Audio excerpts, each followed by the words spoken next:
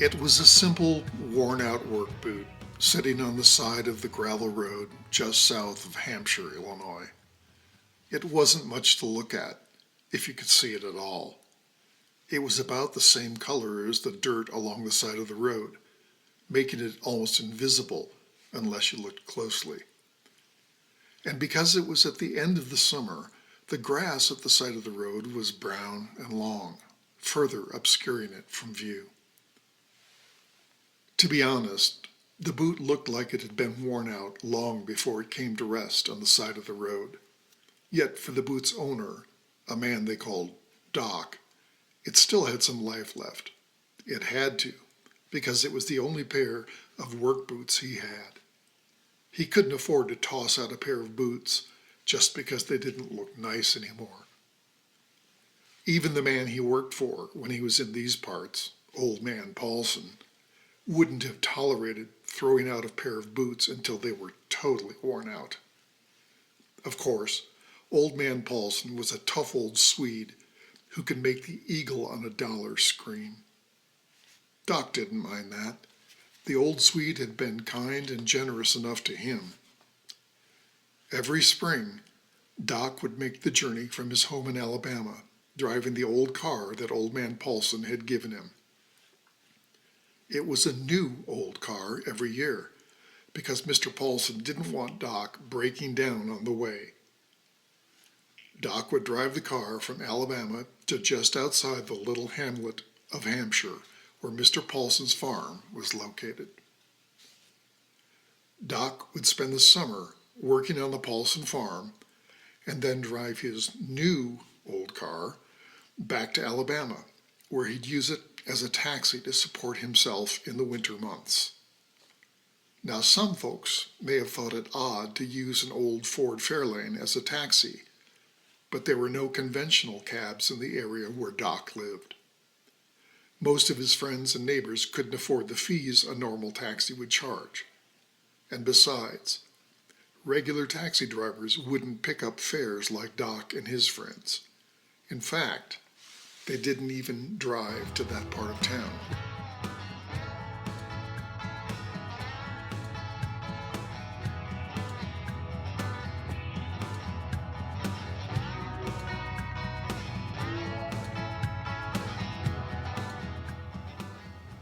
That's because Doc was, as they used to say in those days, as black as the inside of your hat. The regular cab companies simply didn't go into black communities in those days, so the community created its own taxi service. You didn't find too many colored people, as they were generally referred to then, around the farms in northern Illinois either. That was one reason Doc tended to stay on the farm property virtually the whole time he worked on Mr. Paulson's farm. There was nothing for him in the small towns within driving distance around the farm that was worth the risk. How did a tough old Swede connect with an old black hired hand from Alabama? Nobody could remember how the relationship had come about, and Mr. Paulson, who was known to keep his own business, figured it was nobody else's business anyway. It was simply understood that Doc would show up in the spring for work and work on the farm until the fall. Then he would disappear back to Alabama for the winter. Mr. Paulson wasn't exactly your normal farmer. He was what some people referred to as a gentleman farmer. He'd always grown his own food outside of his home in LaGrange during the Great Depression. When the opportunity to purchase a small farm near Hampshire presented itself after World War II, he seized the opportunity with both hands, using the money he'd diligently put away for years. Frugality, it turns out, can pay a handsome dividend. Mr. Paulson had another job, but Doc never did quite grasp what that job entailed, and he never felt it was his place to ask Mr. Paulson about it. Frankly, it didn't matter much to Doc. All he knew was that it enabled the old Swede to purchase the farm, and that meant summer work for him. He was happy about that.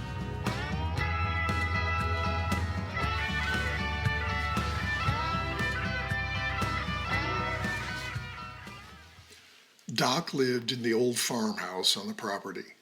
It had been built around the turn of the century and looked like it. The paint was chipped and faded, and most of the windows didn't open.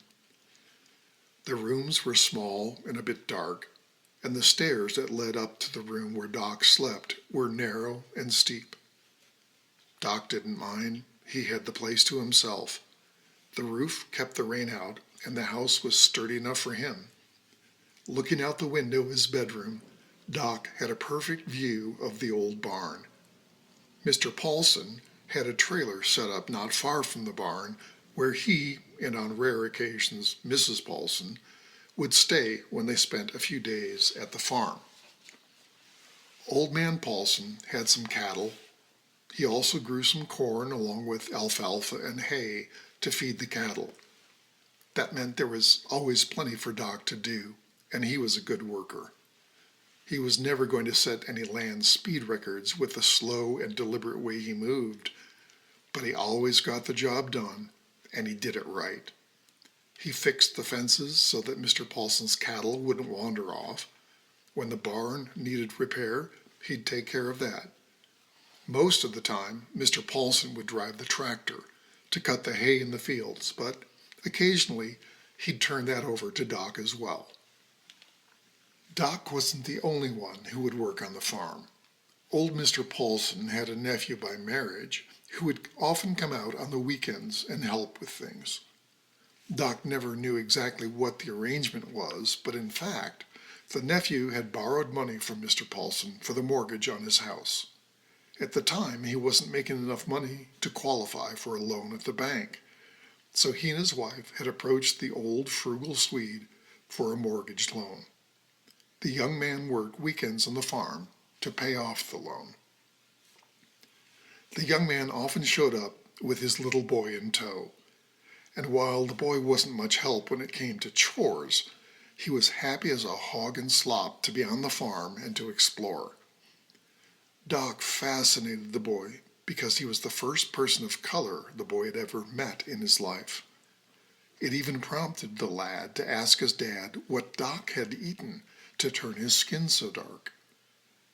Fortunately for the dad, that question hadn't been surfaced until the two of them were well on their way back to their lily-white hometown. Still, Doc fascinated the boy, and the old farmhand genuinely liked him back. Doc had a reputation for being somewhat of a country philosopher. As he worked, he would often hold forth with questions and theories about life. And while he was a simple and relatively uneducated man, he possessed a certain common-sense wisdom that was entertaining and thought-provoking. Some speculated that this was how he had earned his nickname of Doc.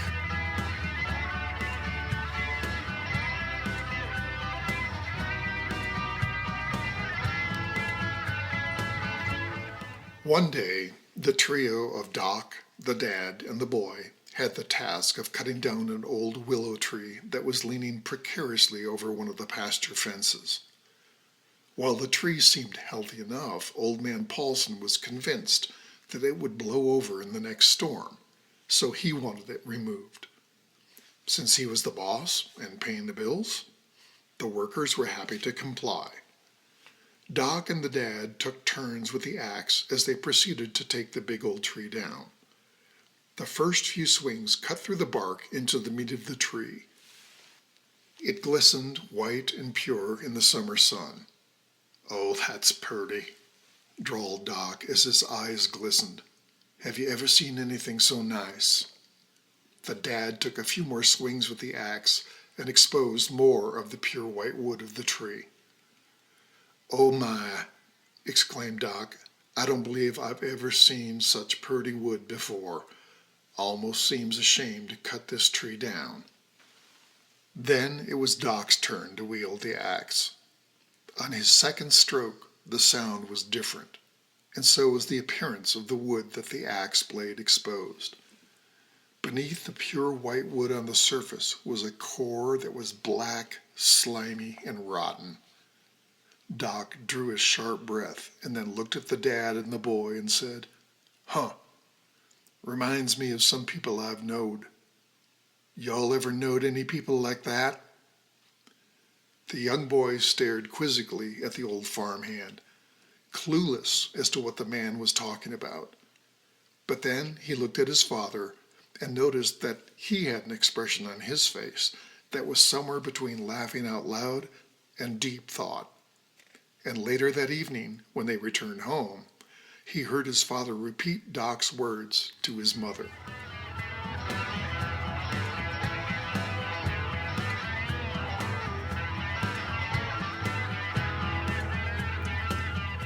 He didn't know it at the time, but that was the last time the young boy would ever see Doc. He somehow knew that Doc was older, but then all grown-ups were kind of old. What he hadn't grasped was that Doc was too old to keep making the trip north to work on the old Swedes farm. Old man Paulson, however, had already talked to Doc about the situation.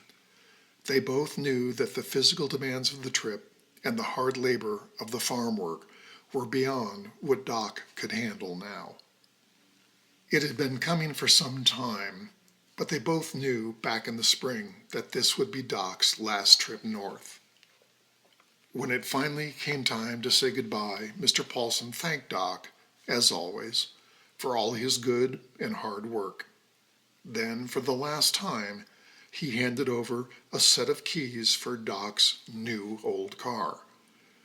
Once again, it wasn't a brand new vehicle, but this time it was considerably newer than any car he'd received before.